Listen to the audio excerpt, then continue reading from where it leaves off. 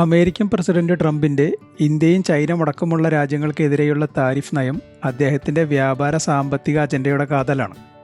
എന്നാൽ ഈ നയം ഇപ്പോൾ അമേരിക്കൻ സുപ്രീം കോടതിയിൽ ഒരു നിർണായക പരീക്ഷണത്തിന് മുന്നിലാണ്. ഒക്ടോബർ 14-നാണ് ഈ കേസിന്റെ സുപ്രധാന സമയപരിധി. സെപ്റ്റംബർ 10-നകം കോടതി ഈ കേസ് കേൾക്കണോ എന്ന് അന്ന് തീരുമാനിക്കും. ഈ വിധി ട്രംപിന്റെ വ്യാപാര പൈതൃകത്തെ മാത്രമല്ല, അമേരിക്കൻ പ്രസിഡന്റിന്റെ സാമ്പത്തിക നയങ്ങളിലെ അധികാരപരിധിയെയും രൂപപ്പെടുത്തും. ഇനി ഇന്ത്യ പോലുള്ള രാജ്യങ്ങൾക്ക് ഈ വിധി എത്രത്തോളം ഗുണം ചെയ്യുമെന്ന് നോക്കാം. ട്രംപിന്റെ താരിഫ് നയം 1977-ലെ international emergency economic powers act IEEPA എന്ന നിയമത്തെ അടിസ്ഥാനമാക്കിയാണ്. ഈ നിയമം സാധാരണയായി ദേശീയ അടിയന്തരാവസ്ഥ സമയങ്ങളിൽ സാമ്പത്തിക ഉപരോധങ്ങൾ ഏർപ്പെടുത്താനോ വിദേശ ശത്രുക്കളുടെ ആസ്തികൾ മരവിപ്പിക്കാനോ വേണ്ടി ഉദ്ദേശിച്ചാണ്. എന്നാൽ ട്രംപ് ഈ നിയമം ഉപയോഗിച്ച് പല രാജ്യങ്ങൾക്ക് നേരെയും പരസ്പര താരിഫുകൾ ഏർപ്പെടുത്തി. വ്യാപാര കമ്മി പരിഹരിക്കാനും ഫെന്റനൈൽ പോലുള്ള മയക്കുമരുന്നുകളുടെ ഒഴുക്ക് തടയാനും ലക്ഷ്യമിട്ടാണ് ഈ നടപടികൾ എന്നാണ് പറയുന്നതെങ്കിലും, പക്ഷേ ഇന്ത്യക്ക് നേരെ ട്രംപിന്റെ അസൂയയും വാശിയും തീർക്കാനാണ് ഈ നിയമം ഉപയോഗിക്കുന്നത്. ഈ നിയമം ഇതിനു മുമ്പ് താരിഫുകൾ ഏർപ്പെടുത്താൻ ഉപയോഗിച്ചിട്ടില്ല.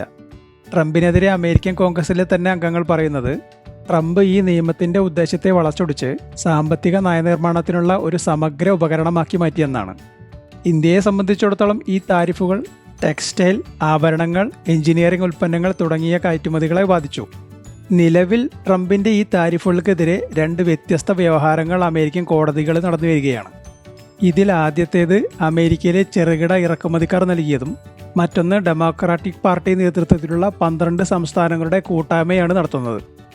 ഇവർ വാദിക്കുന്നത് അമേരിക്കൻ ഭരണഘടന പ്രകാരം താരിഫുകളും നികുതികളും ഏർപ്പെടുത്താനുള്ള അധികാരം കോൺഗ്രസിനാണ്, പ്രസിഡന്റിനല്ല. ഈ പ്രത്യേക നിയമത്തെ ട്രംപ് ദുരുപയോഗം ചെയ്യുകയാണെന്ന് അവർ വാദിക്കുന്നു. കഴിഞ്ഞ ആഴ്ച, അതായത് ഓഗസ്റ്റ് 29-ന് അമേരിക്കയിലെ ഫെഡറൽ അപ്പീൽ കോടതി ട്രംപിനെതിരെ വിധി പുറപ്പെടുവിച്ചിരുന്നു.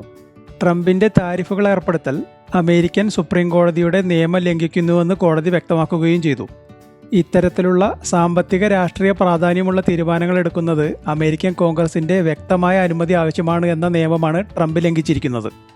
എന്നിരുന്നാലും ഒക്ടോബർ 14 വരെ ട്രംപിന്റെ താരിഫുകൾ നിലനിൽക്കാൻ കോടതി അനുവദിച്ചു. കൂടാതെ ട്രംപ് ഭരണകൂടത്തിന് സുപ്രീം കോടതിയിൽ അപ്പീൽ നൽകാൻ സമയം നൽകുകയും ചെയ്തു. ഇതിന് പിന്നാലെ ട്രംപിന്റെ ഭരണകൂടം സുപ്രീം കോടതിയിൽ അപ്പീൽ നൽകി സെപ്റ്റംബർ 10-നകം തീരുമാനം ആവശ്യപ്പെടുകയും ചെയ്തു. അമേരിക്കൻ സുപ്രീം കോടതിയിൽ ട്രംപ് നാമനിർദ്ദേശം ചെയ്ത 3 ജഡ്ജിമാർ ഉണ്ടെങ്കിലും അവർ എപ്പോഴും അദ്ദേഹത്തിന് അനുകൂലമായി വിധിക്കുന്നില്ല എന്ന് മാത്രമല്ല, ട്രംപ് നിയമിച്ച ജഡ്ജിമാർ അദ്ദേഹത്തിന്റെ താൽപ്പര്യങ്ങൾക്കെതിരെ 2 പ്രധാന വിധി പ്രസ്താവനകൾ നടത്തുകയും ചെയ്തു. കൂടാതെ ഇതിലെ യാഥാസ്ഥിതിക ജഡ്ജിമാർ പ്രസിഡന്റിന്റെ അധികാര വിപുലീകരണത്തെ പരിമിതപ്പെടുത്തി കോൺഗ്രസിന്റെ അധികാരം പുനഃസ്ഥാപിക്കാൻ ശ്രമിക്കുകയും ചെയ്യുന്നു.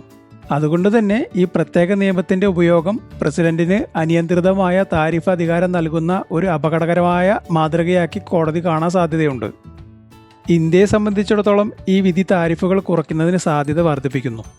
എന്നാൽ ഇനി IEEPA എന്ന പ്രത്യേക നിയമം ഉപയോഗിക്കുന്നതിന് തടസ്സം വന്നാലും ട്രംപിന്റെ ഭരണകൂടം സെക്ഷൻ 232 എന്ന മറ്റൊരു നിയമം ഉപയോഗിച്ച് താരിഫുകൾ തുടരാൻ ശ്രമിച്ചേക്കാം. എന്നാൽ IEEPAയുടെ അത്ര വിപുലമായ അധികാരം നൽകില്ല. കൂടാതെ സെക്ഷൻ 232 ഉപയോഗിക്കുന്നതിന് കൊമേഴ്സ് ഡിപ്പാർട്ട്മെന്റിന്റെ അന്വേഷണം ആവശ്യമാണ്. ഇത് കൂടുതൽ സമയമെടുക്കുകയും നിയമപരമായി വെല്ലുവിളിക്കപ്പെടാവുന്നതുമാണ്.